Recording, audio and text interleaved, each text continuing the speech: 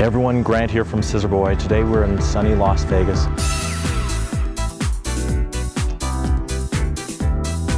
Today we're going to be meeting with Kirby Morris from State Board. He's going to give us a really interesting perspective on State Board that you may not have ever heard before. So we have a guest host as well today. We have Diana Schmidtke, one of our past guests on the show, and it's going to be a really interesting episode. So let's get started.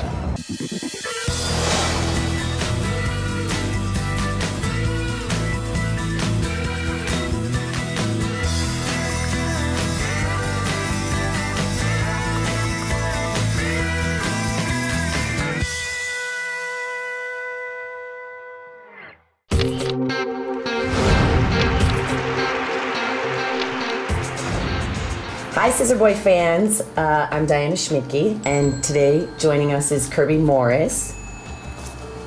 And today we're going to talk a little bit about more of the business side of being a hairdresser, and we're going to speak about State Board rules and some of the different associations that Kirby works for. So why don't you start by telling us, I know you don't have an official job title, you have 4 of them. A few of them anyway.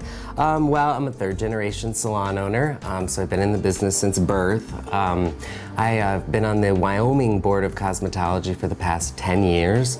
I work for the National Interstate Council of State Boards of Cosmetology, which is a not-for-profit organization made up of all 50 states' regulatory entities. Sometimes it's a state board, sometimes it's a bureaucratic agency like Department of Consumer Affairs, that type of a thing. But all 50 states have some sort of regulating body, and I work for all of those. What is it exactly that the State Board does for us as a hairdresser, as an individual? It's interesting. I think most of us have, and I certainly had a really bad concept of what the State Board was there for. When I started with my own salon, I really thought the Board of Cosmetology would be something that was there to protect me as a cosmetologist. But it's just the opposite of that. The Board of Cosmetology is there to protect the citizens of your state from you, the hairdresser, which is something you don't really realize until you break a rule or that type of a thing.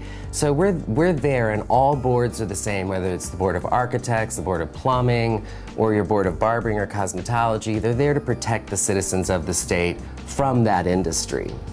So for example, if I see something in the salon, someone's using a brush that still has hair from it, from another person. Not proper disinfection. So as a consumer, you should be aware of those things. If they don't put a neck strip on you, protecting your skin from the drape or cape that they're putting on you, or like you say, have a dirty brush, those types of things.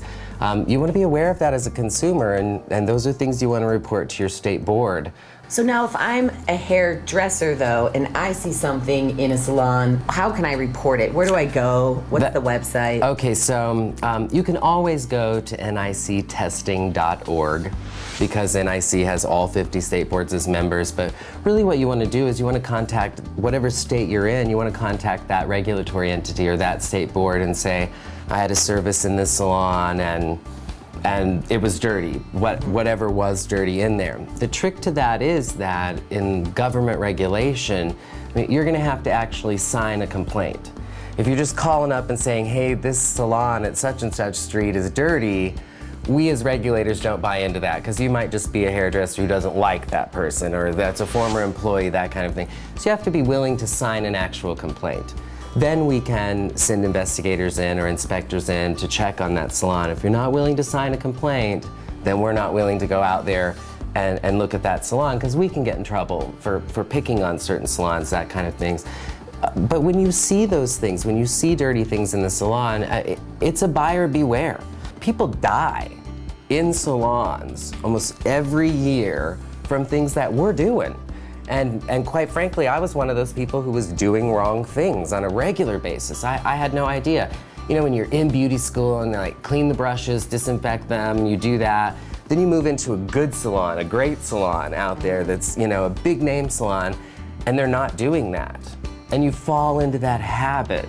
You're risking yourself, more so yourself than even the consumers. But I know that this particular association board protects the consumer, but in a way, doesn't it also protect me as a hairdresser, keeping my industry legitimate, keeping my industry Absolutely. I'm a professional? And how does it protect myself as the hairdresser the most? So how we protect you as the hairdresser the most is that when a client comes in to see you that day, everything that you have and everything that you've been exposed to that day, whether that be bacteria or viruses that are unharmful or harmful, you're exposed to them. And now the next person who comes in, if you're not sanitizing your hands, if you're not disinfecting the sink bowl, if you're using a dirty brush or comb, now you're passing it on to that person, that person, that person. But worse, if you're not doing that, everyone you see all day, if you're not sanitizing your hands, if you're not at least washing your hands, you're the one at risk. So really we protect our industry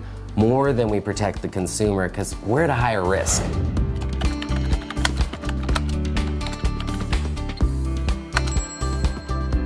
The #1 insurance claim in our industry is slip and falls.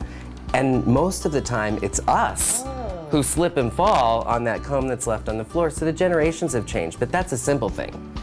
Things that we're hearing about every day like superbugs, MRSA, these are multiple drug-resistant organisms that have gotten stronger.